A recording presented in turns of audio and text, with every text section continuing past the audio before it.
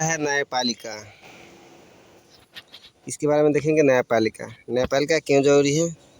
न्यायपालिका का मतलब न्याय। न्याय न्याय मतलब होता है किसी व्यक्ति को न्याय के लिए न्यायपालिका की दरवाज़ा खटखटाना पड़ता है। अब देखते हैं इसमें बुक के माध्यम से क्या कहा गया है। 8 क्लास का एनसीईआरटी बुक है। अखबार पर नज़र डालते ही आपने देश भर की अदालतों द्वारा किए जा रहे कामों की झलक मिलने लगते हैं। लेकिन क्या आप यह बता सकते हैं कि हमें इन अदालतों की ज़रूरत क्यों पड़ती है। भारत में कानून शासन चलता है। इसका मतलब यह है कि सभी कानून लोगों के समरूप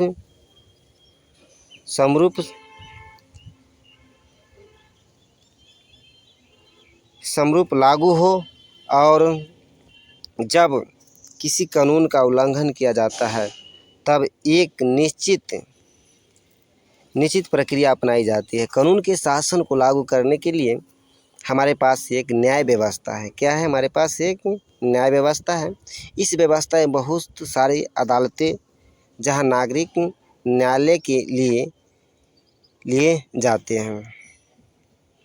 सरकार का अंग होने के नाते न्यायपालिका भी भारतीय लोकतंत्र की व्यवस्था बनाए रखने में अहम भूमिका निभाती है। यह इस भूमिका के केवल इसीलिए निभा पाते हैं क्योंकि इस स्वतंत्र नगरपालिका का क्या मतलब होता है कि आपके आसपास ही अदालत और नई दिल्ली में स्थित सर्वोच्च न्यायालय के बीच कोई संबंध है। इस अध्याय में आपको इन सवालों के जवाब मिल जाएंगे। देखो ये क्या है? न्यायपालिका। ये जो न्यायपालिका है, क्या है? ये न्यायपालिका है। अभी न्यायपालिका है, ये क्या है? न्यायपालिका है। न्यायपालिका 3 होता है, 3 स्तर पर, जो आगे हम अभी पढ़ेंगे और बताएंगे। न्यायपालिका की क्या भूमिका होती है। अदालतें बहुत सारे मुद्दों पर फैसले सुनाते हैं। वे यह तय करती कि शिक्षकों को विद्यार्थियों को की पिटाई नहीं करनी चाहिए। वे राज्य के बीच नदियों के पानी में बंटवारा पर फैसला दे सकते हैं। वे किसी अपराध के लिए लोगों की सज़ा दे सकते हैं। न्यायपालिका के कामों के मोटे तौर पर निम्नलिखित भागों में बांटा जा सकता है। विवादों का निपटारा कब होगा? विवादों का निपटारा न्यायपालिका व्यवस्था नागरिकों व सरकारों, दो राज्य सरकार और केंद्र व राज्य सरकार के बीच पैदा होने वाली विवादों को हल करने की प्रक्रिया मुहैया कराती है। क्या कहलाती है? मुहैया कराती है। न्यायिक समीक्षा संविधान की व्याख्या का आखिरी मुख्य रूप से न्यायपालिका के पास ही होता है। इस नाते इत्यादि न्यायपालिका में ऐसी लगता है कि संसद द्वारा पारित किए गए कोई कानून संविधान के आधार पर ढांचे या उल्लंघन करता है तो वह उस कानून को रद्द कर देते हैं। क्या करते हैं? वो कानून को क्या करता है? रद्द कर देता है। कौन? संसद। कानून की रद्द और मौलिक अधिकार का क्रियान्वयन। देश के किसी भी नागरिक को ऐसा लगता है कि उसके मौलिक अधिकार का उल्लंघन हुआ है तो वह सर्वोच्च न्यायालय या उच्च न्यायालय में जा सकता है। यह क्या है? सर्वोच्च न्यायालय। भारत का सर्वोच्च न्यायालय, ये भारत का सर्वोच्च न्यायालय है। कोई भी विवाद स्तर अगर राज्य से विवाद स्तर हुआ तो इसके लिए कहाँ जा सकते हैं? सर्वोच्च न्यायालय जा सकते हैं। इसकी स्थापना, सर्वोच्च न्यायालय की स्थापना 26 जनवरी 1950 की गई थी। उस दिन हमारा देश स्वतंत्र बना था।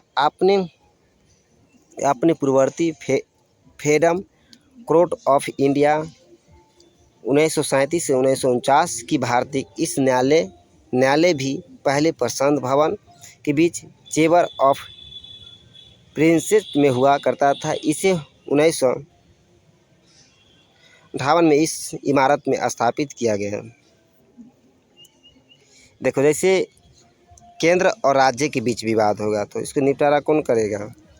न्यायपालिका, 2 राज्यों के बीच विवाद होगा इसका निपटारा न्यायपालिका करे, 2 नागरिकों के बीच विवाद होगा उसका न्यायपालिका, ऐसे कानूनों जो संबंधित उल्लंघन करता है उसको न्यायपालिका।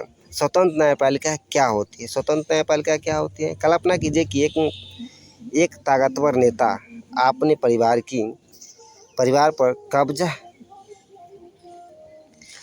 परिवार की ज़मीन पर कब्जा कर लिए हैं। आप एक ऐसी व्यवस्था में रहते हैं जहां नेता किसी न्यायपालिका